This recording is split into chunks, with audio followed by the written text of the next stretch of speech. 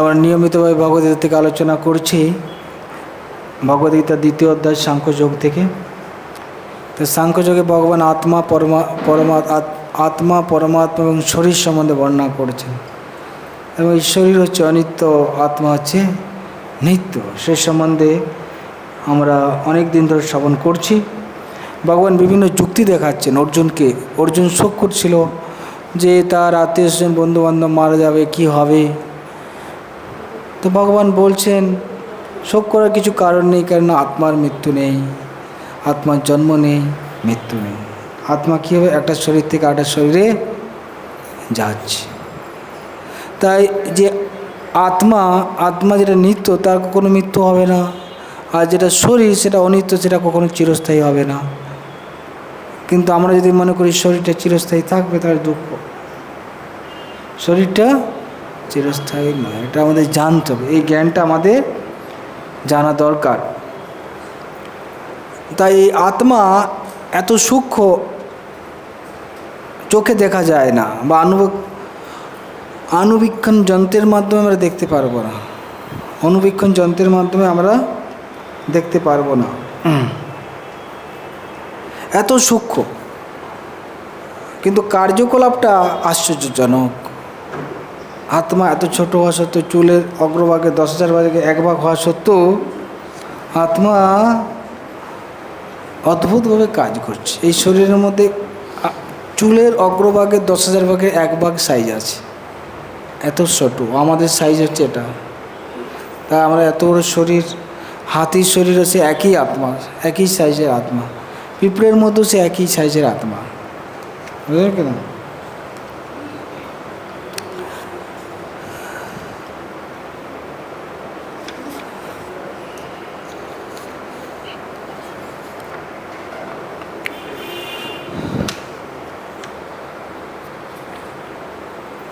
তাই আত্মা হচ্ছে আশ্চর্যজনক। আত্মা হচ্ছে কি? আশ্চর্যজনক। কেউ আশ্চর্যভাবে বর্ণনা করে, আশ্চর্যভাবে শ্রবণ করে, এবং আত্মাকে আশ্চর্যভাবে শ্রবণ করার পর অনেকে বুঝতে পারে না। শ্রবণ করার পর মানুষ বুঝতে পারে না। এটা আমরা গতকালই আলোচনা করেছিলাম, গত ক্লাসে আলোচনা করেছিলাম। তো আজকে আমরা 30 নম্বর শ্লোক থেকে আলোচনা করব। দেহি নিত্য অবদ্বয়ম দেহে সর্বস্ব ভারত তস্মাৎ সর্বাণি ভূতানি না তং শোচিতুমর্হসি। হে ভারত, দেহে অবস্থিত আত্মা সর্বদাই অবদ্ধ। এই শরীর, আমাদের শরীরের মধ্যে অবস্থিত যে আত্মা সর্বদাই অবদ্ধ। অবদ্ধ মানে তাকে বধ করা যায় না, আত্মাকে বধ করা যায় না। অতএব কোনো জীবের জন্য তোমার শোক করা উচিত নয়। তোমার তার শোক করা উচিত নয়, কেন? আত্মাকে বধ করা যায় না। প্রভুপাদ তাৎপর্য কি বলছেন? অবিনশ্বর চিন্ময় আত্মার উপদেশমূলক প্রসঙ্গ ভগবান এখন সমাপ্ত করেছেন। অনেকগুলো শ্লোকে ভগবান আত্মার কথা বলছেন, আত্মার শরীরের কথা। এখন তিনি ইতি মানে সমাপ্তি। ভগবান কি বললেন? যে দেখো, ভগবান অনেক রকম যুক্তি দিলেন যে দেখো, যে আত্মাকে যদি মনে করো বারবার জন্ম হয়, মৃত্যু হয়, তাও তোমার শোক করা উচিত নয়। বারবার জন্ম হচ্ছে, বারবার মরছে। যেমন এখন আগে কিছুই ছিল, অব্যক্ত ছিল, তারপরে মাঝখানে ব্যক্ত হলো, শেষে অব্যক্ত হয়ে যাও, তার জন্য দুঃখ করার কি আছে? যেমন এই বাড়িটা আগে মাটি ছিল, এখন বাড়ি হয়ে গেছে, আবার মাটিতে পরিণত হবে। আমরা যখন এসেছি খালি হাতে এসেছি, তারপর অনেক বড় সংসার, সম্পত্তি ইত্যাদি, আর যখন যাব খালি হাতে চলে যাব, ঠিক না? তাদের শোক করার কিছু কারণ নেই। ভগবান বিভিন্ন বোঝালেন। তা আত্মার অস্তিত্ব স্বীকার করুন, নিত্যতা স্বীকার করুন, তাহলেও শোক করার কারণ নেই। আত্মা যদি মনে করে অনিত্য, বারবার জন্ম হয়, মৃত্যু হয়, তাহলে তাতে শোক করার কোনো কারণ নেই। কিন্তু ভগবান শেষে তিনি বলছেন, না, আত্মার মৃত্যু নেই, আত্মা মৃত্যু নেই।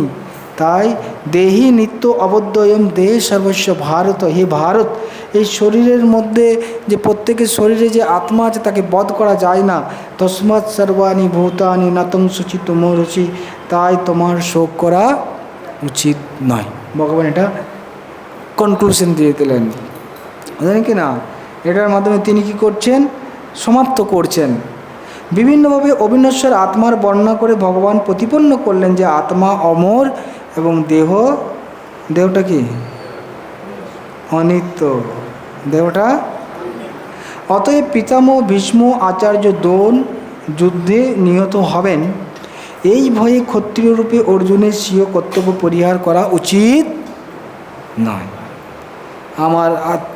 আমার ঠাকুরদা পিতামহ ভীষ্ম মারা যাবে বা দ্রোণাচার্য মারা যাবে, আমি যুদ্ধ করব না, এই ভয়ে যুদ্ধ না করা উচিত নয়, কেননা আত্মার মৃত্যু নেই।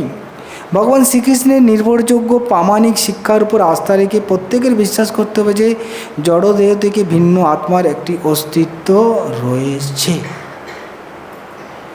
অর্থাৎ ভগবান বলছে এই শরীর ছাড়া আত্মার একটা অস্তিত্ব আছে, এই শরীরটা আমি নই, শরীর ছাড়া একটা আত্মার অস্তিত্ব আছে। মরার সময়, মরার পর শরীরটা থাকবে কিন্তু আত্মা আলাদা করে বেরিয়ে যাবে, বুঝলেন কি না? এমন নয় যে আত্মা বলে কোনো বস্তু নেই বা রাসায়নিক পদার্থের পারস্পরিক ক্রিয়ার ফলে জাগতিক পরিপক্কতার কোনো এক বিশেষ অবস্থায় চেতনার লক্ষণগুলি বিকাশ ঘটে, এরকম মনে করা উচিত নয় যে আত্মার অস্তিত্ব নেই বা এই আত্মার চেতনটা কী করে এসছে না জড় পদার্থের রাসায়নিক বিক্রিয়ার মাধ্যমে কখন একসময় চেতনার প্রকাশ হয়ে গেছে, এটা মনে করা ভুল হবে, বুঝলেন কি না? যেটা অনেকে বলে যদিও আত্মা অবিনশ্বর কিন্তু তাই বলে হিংসাকে কখনোই প্রশ্রয় দেওয়া যায় না, বুঝলেন কি না? আচ্ছা আত্মা তো মারা যায় না, তাহলে আমি কাউকে হত্যা করে দিই, হ্যাঁ মারছি না তো, আমি ছাগলকে মেরে দিলাম, তা বললো আত্মা তো মারা যায় না, ছাগলের আত্মা তো বেঁচে আছে, ঠিক না?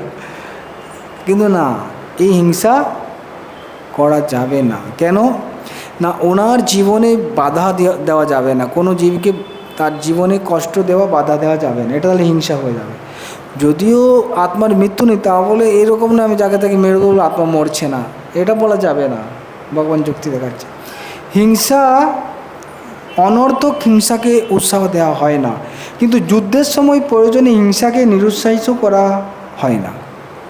আবার যুদ্ধের সময় যখন মানুষ ধর্ম স্থাপন করছে সেখানে মানুষকে হিংসা করতে হয়, অর্থাৎ সেখানে যুদ্ধ হয় না, সেখানে মারা যায়, সেখানে হিংসা করতে পারে, যুদ্ধে হিংসা করতে পারে, কিন্তু অনাবশ্যক হিংসা করা যাবে না।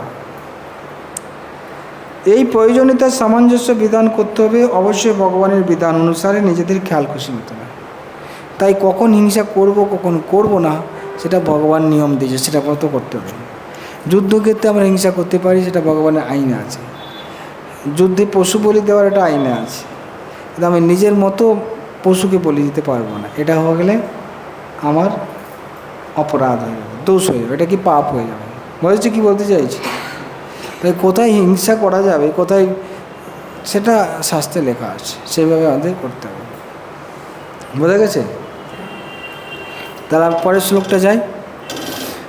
এখন ভগবান আত্মার তত্ত্ব বলার পর এখন তার স্বধর্মের কথা বলছে। অর্জুন হচ্ছে কি, অর্জুন কি ছিল?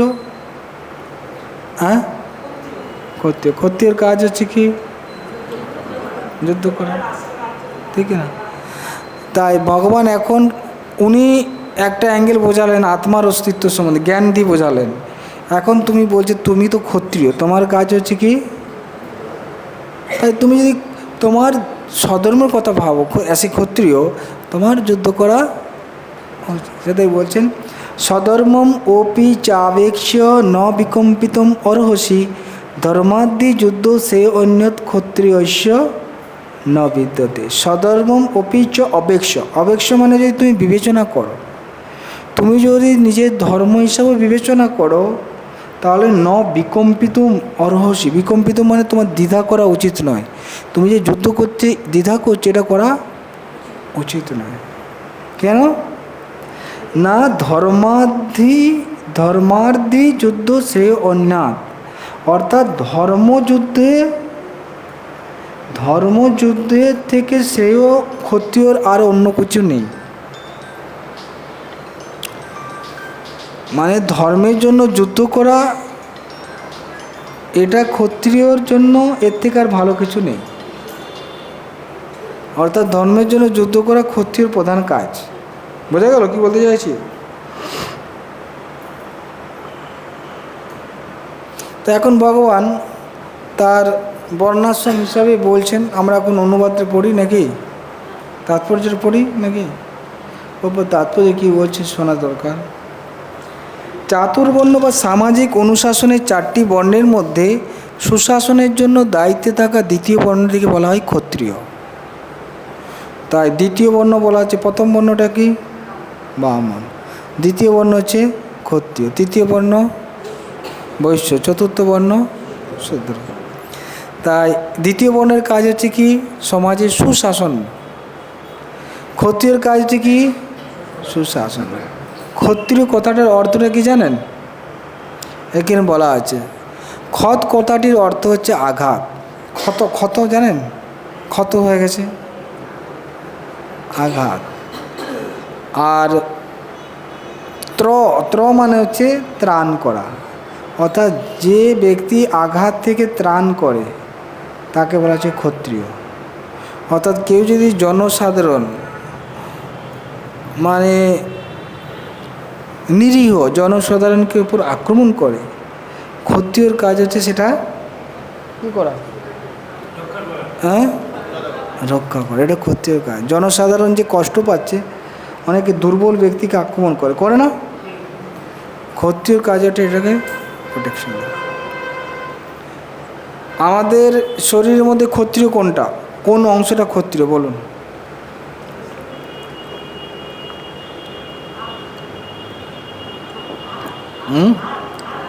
কোনটা ক্ষত্রিয়? হ্যাঁ, হাত হচ্ছে ক্ষত্রিয়। হাতটা কি করে শরীরকে রক্ষা করে, করে না? কেউ মারতে হাত দিয়ে আটকে দেয়। আর ব্রাহ্মণ কোনটা?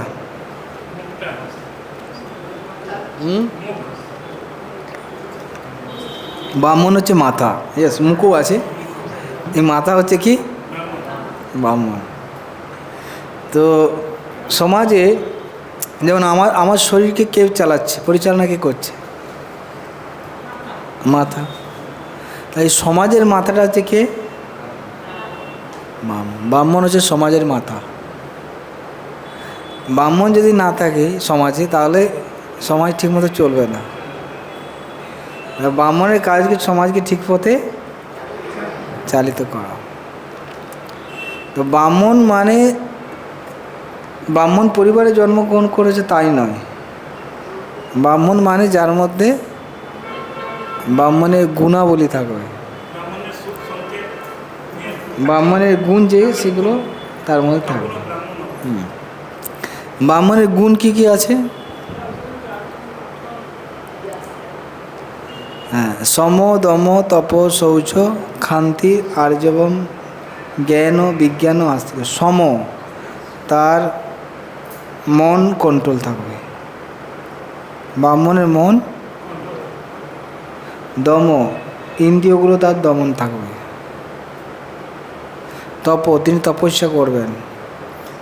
শৌচ মানে তিনি সূচি থাকবেন, বাহ্যিকভাবে স্নান করা, অন্তরে ভগবানের নাম করে সূচি থাকবে, বৈদিক মন্ত্র উচ্চারণ করার মাধ্যমে।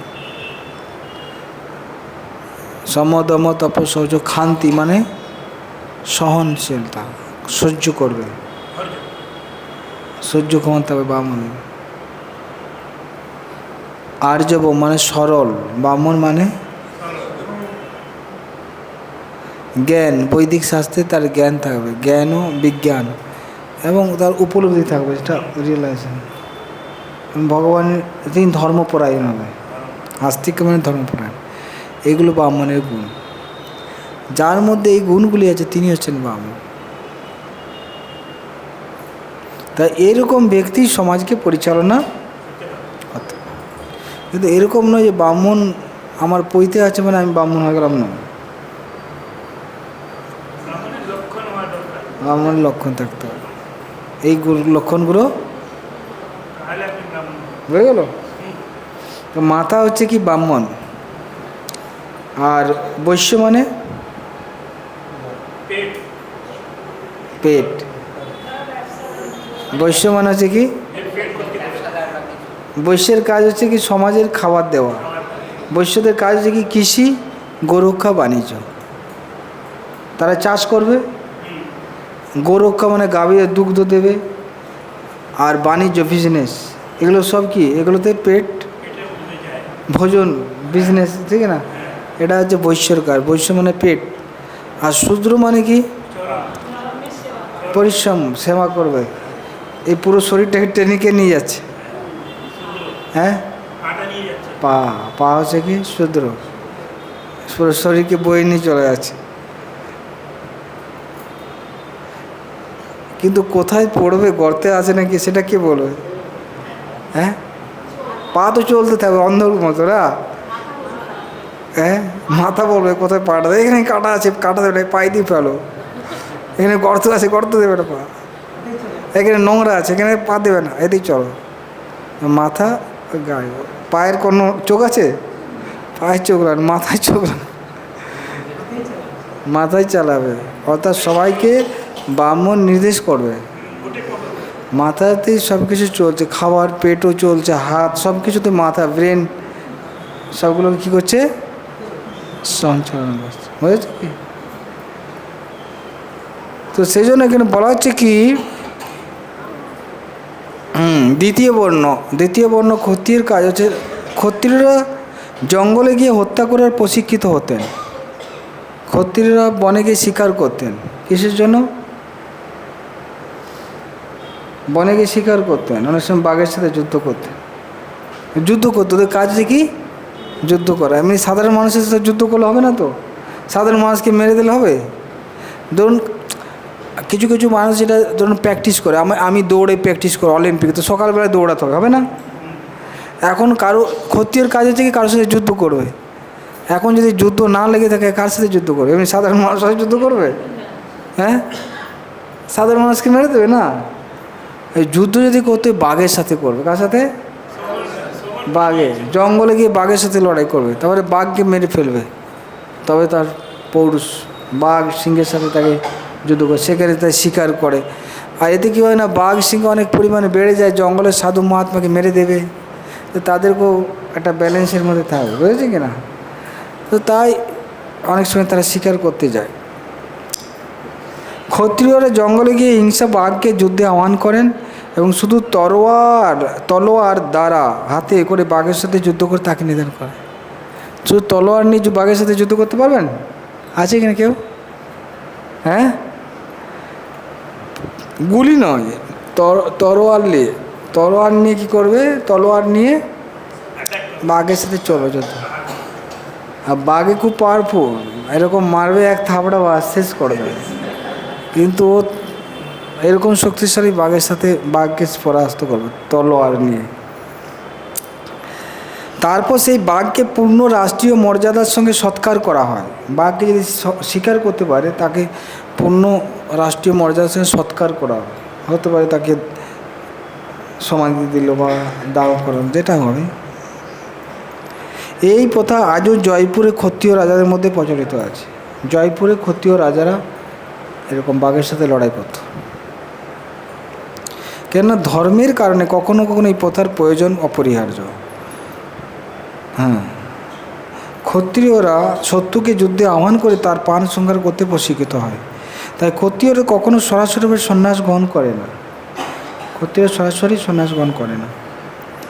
রাজনীতির ক্ষেত্রে অহিংসার পথ অবলম্বন করা কূটনীতি হতে পারে, কিন্তু তা কখনো নীতিগত পন্থা নয়। নীতিশাস্ত্রে আছে, আহ বেশু মিথ অন্যেনং জিগাংসন্ত মহিষিত যুদ্ধমান পরং শক্তিয়া স্বর্গং জানতি পরান্মুখ যজ্ঞেষু পশবো ব্রহ্মণ হন্যন্তে সততং দ্বিজে সংস্কৃত কিলমন্তেশ্চ তে অপি স্বর্গম আপনুবন। কোনো রাজা অথবা ক্ষত্রিয় যখন যুদ্ধক্ষেত্রে তার প্রতি ঈর্ষান্বিত কোনো রাজার সঙ্গে সংগ্রামে রত হন, মৃত্যুর পর তিনি স্বর্গলোক গমন করেন। মৃত্যুর পর কোথায় যাবে? যুদ্ধমানা পরং শক্তা স্বর্গং জানতি পরান্মুখ। স্বর্গং জানতি, যদি ধর্মযুদ্ধ একজন ক্ষত্রিয়ের সাথে যুদ্ধ হয়ে মারা যাবে, কোথায় যাবে? আর বেঁচে থাকলে কী হবে? স্বর্গের মতো রাজ্য ভোগ করবে। আর মরে গেল, দুটোই লাভ। বুঝলি না? যুদ্ধে যদি ক্ষত্রিয় মারা যায় সে কী পাবে? স্বর্গ পেয়ে যাবে। তেমনি ব্রাহ্মণ যজ্ঞে পশু বলি দিলে স্বর্গ লাভ করে। ব্রাহ্মণ যদি যজ্ঞে পশু বলি দিয়ে স্বর্গ পাবে। তাই যুদ্ধক্ষেত্রে ধর্মীয় নীতির অনুকূলে হত্যা করা এবং যজ্ঞে পশু বলি দেওয়াকে হিংসাত্মক কার্য বলে গণ্য করা হয় না। যুদ্ধে যদি কাউকে হত্যা করে দেয় সেটা হিংসাত্মক নয়, বা যজ্ঞে যদি পশু বলি দেয় সেটাও হিংসাত্মক নয়, মানে তাদের স্বর্গে যাচ্ছে। কারণ এই ধর্ম অনুষ্ঠানের ফলে সকলেই লাভবান হয়। যে যজ্ঞে পশু বলি দিল তার লাভ হয়ে গেল, সে কোথায় যাবে? স্বর্গে চলে গেল। আর যুদ্ধে যদি কেউ মারা যায় তাহলে, আচ্ছা যজ্ঞে যে পশুটাকে মারলো তার কি হলো? তার কি লাভ হবে? হ্যাঁ, যজ্ঞে যে পশুটাকে হত্যা বলি দেওয়া হলো তারও লাভ হবে, এখানে বলা আছে। যজ্ঞে যে পশুটাকে বলি দেওয়া হয় তারও লাভ। যজ্ঞে উৎসর্গিত পশু জৈব বিবর্তনের মাধ্যমে ক্রমান্বয়ে উন্নততর দেহ ধারণ না করেই অবিলম্বে মনুষ্য দেহ প্রাপ্ত হয়। বললেন কি? পশু ধরুন ছাগল, পাঁঠা, সে হয়তো মারা গেলে পরের জীবনে হতে পারে একটা গাভী হবে, তারপর হতে পারে মানুষ হলো, অনেক কয়েকটি জন্তু। কিন্তু কোনো যদি পাঁঠাকে বলি দেওয়া হয় যজ্ঞে, তাহলে সে সরাসরি মানুষ হয়ে যাবে। তাই তার লাভ হচ্ছে না? পাঁঠার লাভ হয়ে গেল। আবার যে মানুষ দিচ্ছে তারও স্বর্গ লাভ হচ্ছে, তারও লাভ হচ্ছে, স্বর্গে যাবে। যজ্ঞে নিজের মন, যজ্ঞে পশু বলি দেওয়ার বিধান আছে, কিন্তু কিন্তু কিন্তু কিন্তু সেরকম ব্রাহ্মণ দরকার যে যজ্ঞ মানে পশু বলি দেবে। সে যজ্ঞকে এরকম হয়, পশুকে বলি দিয়ে তাকে আবার প্রাণ ফিরিয়ে দিতে পারে, এরকম ব্রাহ্মণ আছে। জরাগ্রস্ত পশুকে বলি দিয়ে দিল, তারপর একটা তাকে নতুন জীবন দিয়ে দেবে মন্ত্রের মাধ্যমে।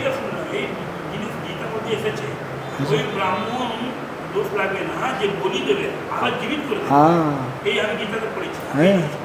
তাই এরকম ব্রাহ্মণ হতে হবে, এরকম শক্তিশালী ব্রাহ্মণ হতে হবে, তবে সে স্বর্গ যাবে।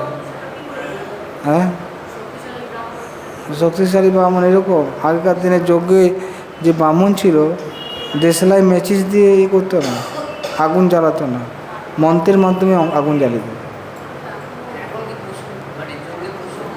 তাই ব্রাহ্মণ ঠিক আছে, তাকে বলতে হবে যে তুমি মন্ত্রের মাধ্যমে আগুন জ্বালাও। এখন ব্রাহ্মণদের মুখে আগুন আছে কিন্তু অন্য রকম। হ্যাঁ, ব্রাহ্মণদের মুখে আগুন রয়েছে কিন্তু এরা অন্যরকম, মন্ত্রের মাধ্যমে ঠিক না, আগুন আর ধোয়া বেরোচ্ছে একসাথে। হ্যাঁ, এরকম হলে হবে না। হ্যাঁ, সেজন্য ব্রাহ্মণ না থাকলে দেওয়া যাবে না, শুদ্ধ ব্রাহ্মণ না। যজ্ঞে উৎসর্গিত পশু জৈব বিবর্তনের মধ্যে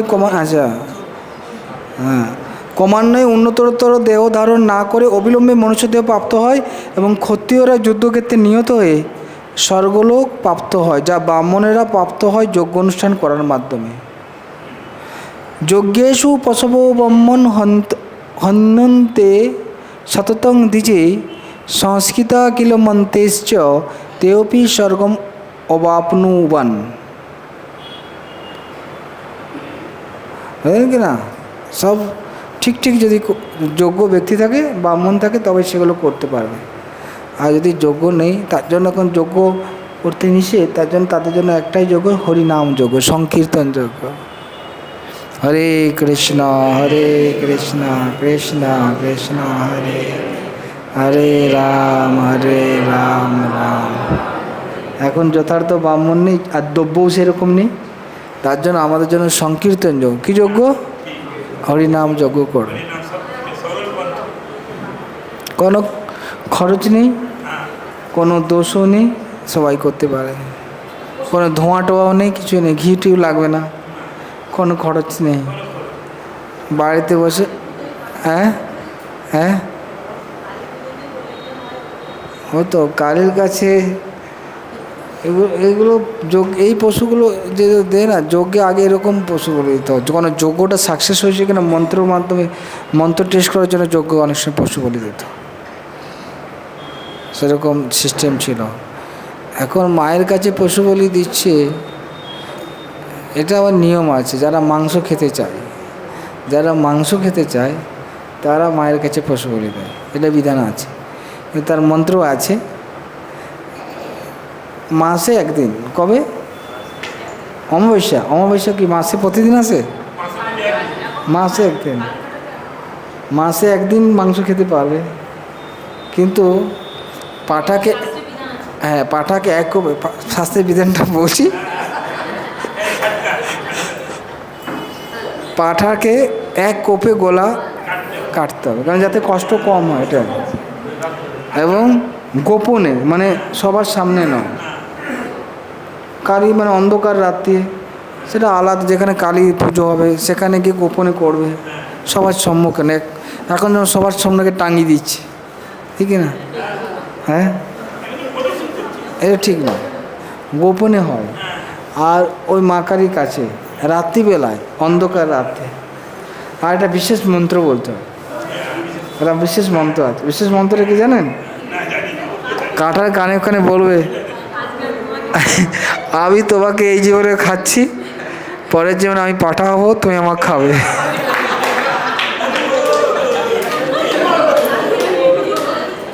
হ্যাঁ, তাই এটা হচ্ছে মন্ত্র, যে আমি তোমাকে এই জীবনে খাচ্ছি, আমি পরের জীবন পাঠাবো, তুমি আমাকে খাবে। আমি মাংস ছাড়া থাকতে পারি না। তো এখন ধরুন এরকম চুক্তি করে কে খাবে?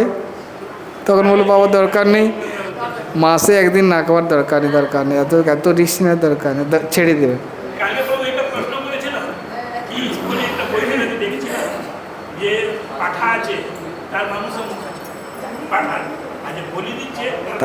হ্যাঁ, কারণ সে চিন্তা যেরকম করে সেরকম তাহলে তো শরীর হবে। তা বোঝা গেল কি? হ্যাঁ, পায়রা ওই সব তামসিক আছে, তামসিক। অনেকে ভূত পিশাচের এরকম বলি দেয়, তাদের খাওয়ায়। আরেকটা জিনিস বলা হচ্ছে, কালী হচ্ছে বৈষ্ণবী। কালী হচ্ছে কি? তা উনি বিষ্ণুর প্রসাদ পায়। এখন এই যে পাঁঠাগুলোকে খাচ্ছে, কালীর অনেক চামুন্ডা আছে, ভূত পিশাচ, তারা খেয়ে নেয়, আর তাদের প্রসাদ আপনারা খাচ্ছে। যারা কালীর প্রসাদ না, ওটা হচ্ছে ভূত পিশাচগুলো, ওদের প্রসাদ খাচ্ছে। তা ওদের ওইরকম স্বভাব হবে, ঠিক না? মা কালী খাচ্ছে, আরে মা কালী সব খেয়ে নেবে, মা কালী জগৎ খেয়ে নিতে পারে, মা কালী জগৎ খেয়ে নিতে পারে না। ওটা একটা রূপ আছে, মা কালী সব খেয়ে নিতে পারে। কিন্তু মা কালী এমনি হচ্ছেন বৈষ্ণবী, তিনি হচ্ছেন কি? বৈষ্ণবী। দুর্গা মা কালী তিনি হচ্ছেন বৈষ্ণবী, ভগবানের প্রসাদ দেয়। যেমন আপনার জগন্নাথ পুরীতে পিছনে, জগন্নাথের পিছনে বিমলা দেবীর মন্দির আছে। বিমলা দেবী যে দুর্গা দেবী, দুর্গা দেবী প্রথমে জগন্নাথের প্রসাদ ওনার কাছে যায়।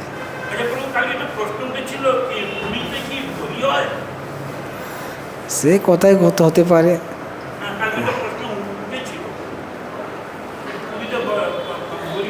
হলে এরকমই সব নিয়ম, এরকমই, ঠিক আছে না? সব একই নিয়ম আছে, বলি হলে এরকম নিয়ম আছে, তো বলির নিয়ম এরকম আছে, সব নিয়ম আছে, যদি হয় সেরকম।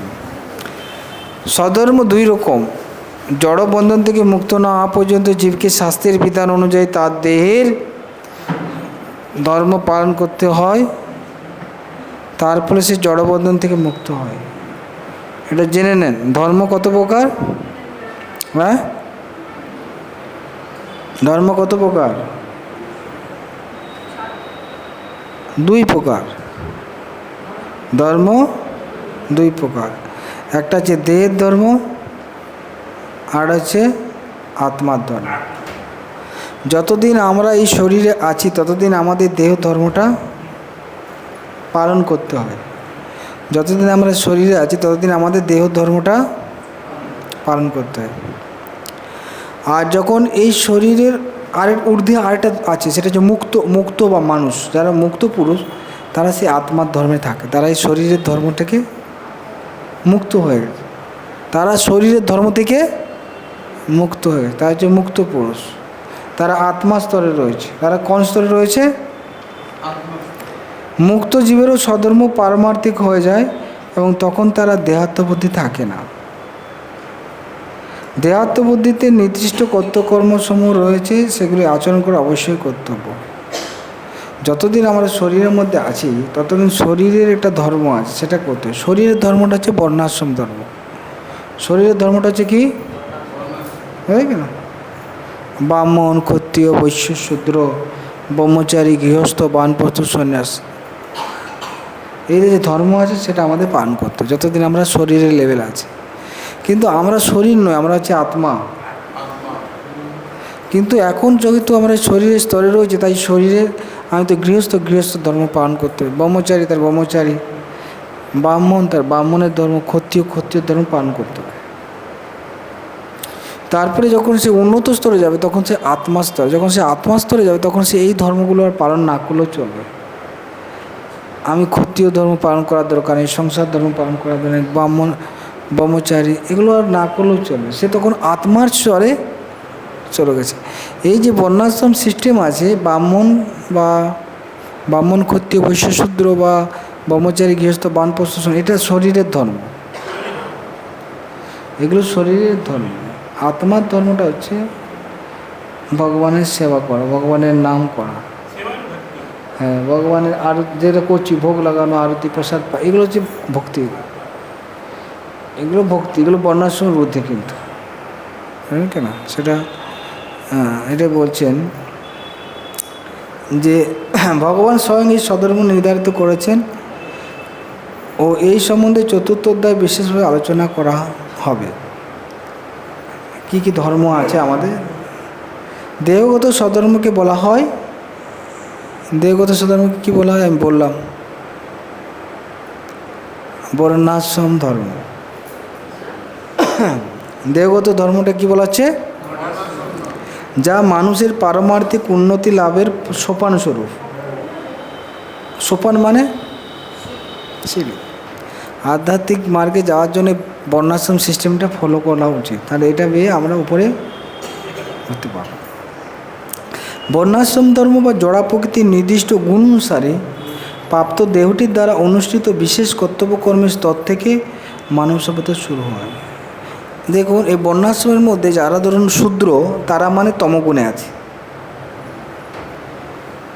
শূদ্র মানে, ব্রাহ্মণ মানে সত্যগুণে, ক্ষত্রিয় মানে রজগুণ, বৈশ্য মানে রজ এবং তমগুণের মধ্যে। হ্যাঁ, তাই যে যে গুণে আছে সেই গুণে অনুযায়ী কাজ করলে সে আস্তে আস্তে অগ্রগতি করে। যেমন কেউ শূদ্র আছে, সেই শূদ্রের কাজ হচ্ছে কি অন্য বর্ণের সেবা করা, সে তমগুণে, তার মাথায় কিছু নেই, সে পরিশ্রম করে। টাকা দেবেন, যে মদ খেয়ে এনে ঘুমিয়ে যাবে রাত্রেবেলা, পরের দিন আবার কাজ করতে শুরু করে দেবে। টাকা পেয়ে যে টাকাটা জমিয়ে রাখবে বা একটা কিছু প্ল্যান করবে ওইসব নেই। টাকা পেলেও খরচ করে দেবে। ওর তমগুণ, নেশার মধ্যে থাকবে, তমগুণ।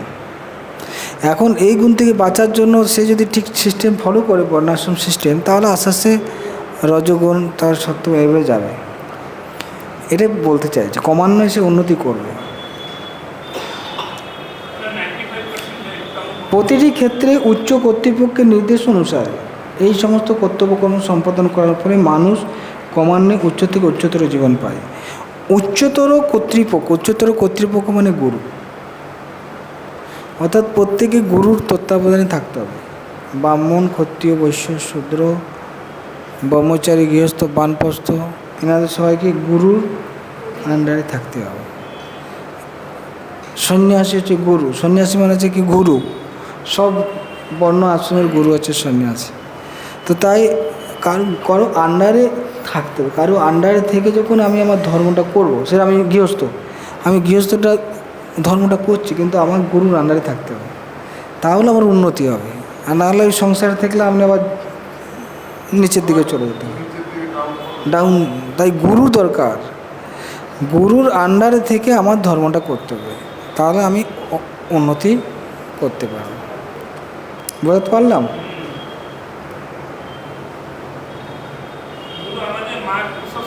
অসুস্থ হবে। হরে কৃষ্ণ কৃষ্ণ কৃষ্ণ হরে হরে রাম হরে